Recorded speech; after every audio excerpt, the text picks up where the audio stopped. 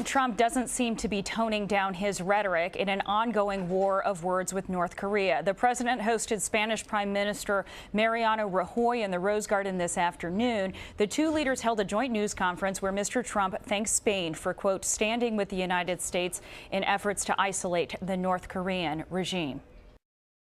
We are totally prepared for the second option, not a preferred option, but if we take that option, it will be devastating. I can tell you that, devastating for North Korea. That's called the military option. If we have to take it, we will. He's acting very badly. He's saying things that should never, ever be said. And we're replying to those things, but it's a reply. It's not an original statement, it's a reply.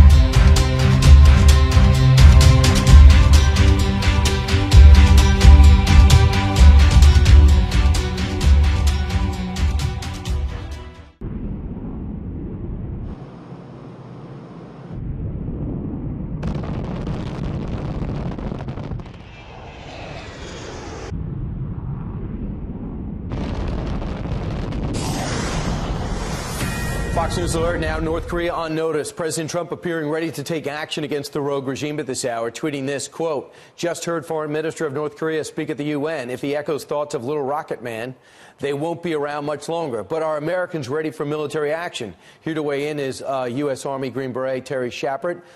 Terry, you see where we are right now. We're in unprecedented territory. Some in South Korea are worried, and in Japan they're wondering where this is going. Where do you think we're going with this? First of all, let me tell you this, Kilmeade. I know you're ducking me in New York, and I'm in an undisclosed location in North Carolina, so you'll see me soon. Right. I will find you. I know how to, okay? That's right. I have skills. Hey, listen, nothing should be surprising about what's going on with North Korea. I mean, this is where it was going to be. Victor Davis Hanson, who is one of my favorite writers, a national treasure, wrote an article a while ago talking about what if this is the other way, like America was in control of a rogue state that was belligerent to all of our China's allies, and how long would that go on? There would have been a war already. So, I mean, there's a lot going on. We have the 2nd Infantry Divisions there. There's a lot of conventional forces. But this is good. This would have had to been done sooner or later. And so, yeah, it's edgy and it's a bit scary, but this has to be done. At least in some way, he has to be put in his place. Right. And right now, if you ask the American people about this, because he does have nuclear weapons, they were asked, and they said 58% favor using diplomatic efforts first, 35% are opposed to doing it. We're at the point now, though, Terry, is whoever was the 45th president would be dealing the same way. But some in the State Department are worried about the bellicose tone of the president. Are you?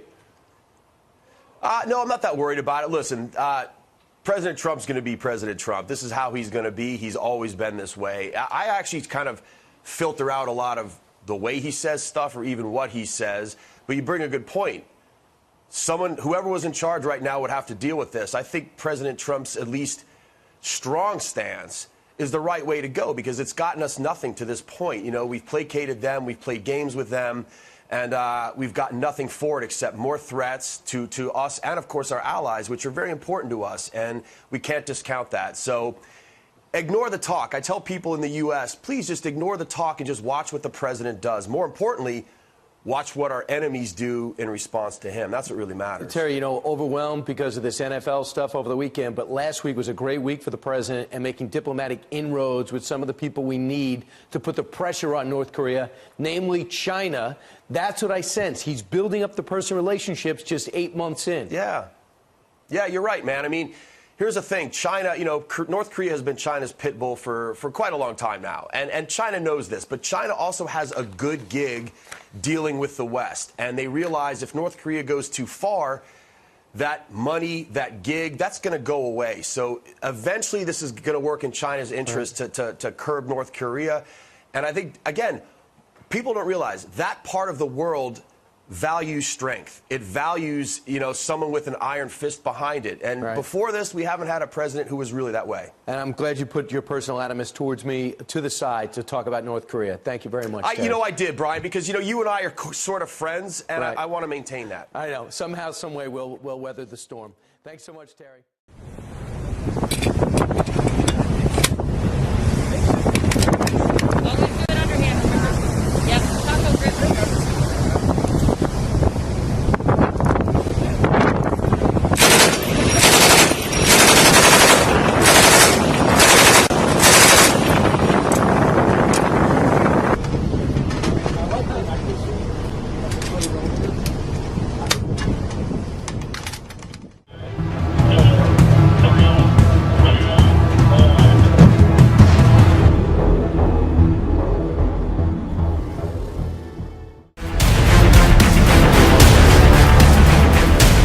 North Korea could try to mobilize its numerous surface-to-air missile systems, but analysts inside the U.S. and South Korea agree even that would be difficult because it's not even clear at this point whether North Korea has the full capability to detect U.S. aircraft. South Korea's intelligence agency says North Korea most likely failed to detect the U.S. strategic bombers that flew in international airspace off the northeast coast last weekend.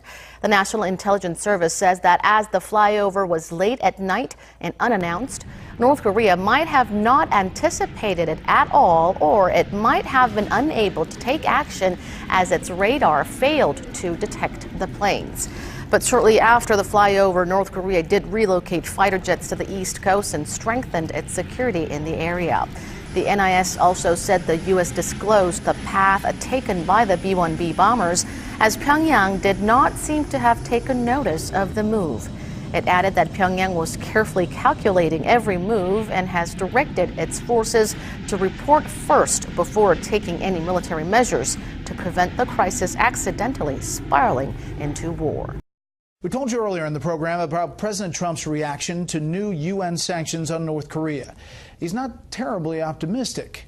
Tonight, senior foreign affairs correspondent Greg Palka continues his reporting from South Korea on preparations for a worst-case scenario. Modern-day war in Korea. Most analysts say if it happened, it would be ugly. Troops fighting for their lives, casualties in the hundreds of thousands, while the world is trying to head off a conflict with North Korea. A new set of sanctions was approved by the UN Security Council. The United Nations Security Council spoke with one voice again, recognizing the global threat that DPRK, North Korea, constitutes. And these are the most severe sanctions yet laid on North Korea. We'll see what choices the North Koreans make. One early choice, defiance. A Kim Jong-un regime official said North Korea would fight back against the U.S. The DPRK is ready to use any form of ultimate means. The forthcoming measures by DPRK will make the U.S. suffer the greatest pain it's never experienced in its history. As the U.S. and its ally South Korea prepare at least for the military option. This is about as close in feel as you're going to get to war on the Korean Peninsula, at least for now anyway. South Korean and U.S. Marines in a live fire exercise. Machine guns and grenade launchers, tanks and armored vehicles, mortars and artillery. Tightly paced maneuvers through a rugged and secluded firing range in southeastern South Korea. All aimed at a target at the end of the valley. Read that, North Korea. Sure, a lot of people are focused on Peninsula, but for us, it's business as usual. Business as usual, but some tough business. Yeah, the Marine Corps is the nation's 911 force, and we're ready to answer the call. This is one of several exercises during the year the Marines and U.S. military are involved in here. In part, a show of force. In part, a practical lesson in fighting alongside each other. We're just out here exercising to make sure that we can react to any situation, any contingency, and work together with our Korean partners. And if it comes to it, these young Marines, some yet to see action, will know who they can count on. The Marines that we spoke with told us that these exercises are purely defensive in nature, that they don't pay much attention to the offensive words and actions of North Korea. But many U.S. officials do. No doubt a reason why those Marines are out there. Brett. Greg Palkot live in South Korea. Greg, thanks.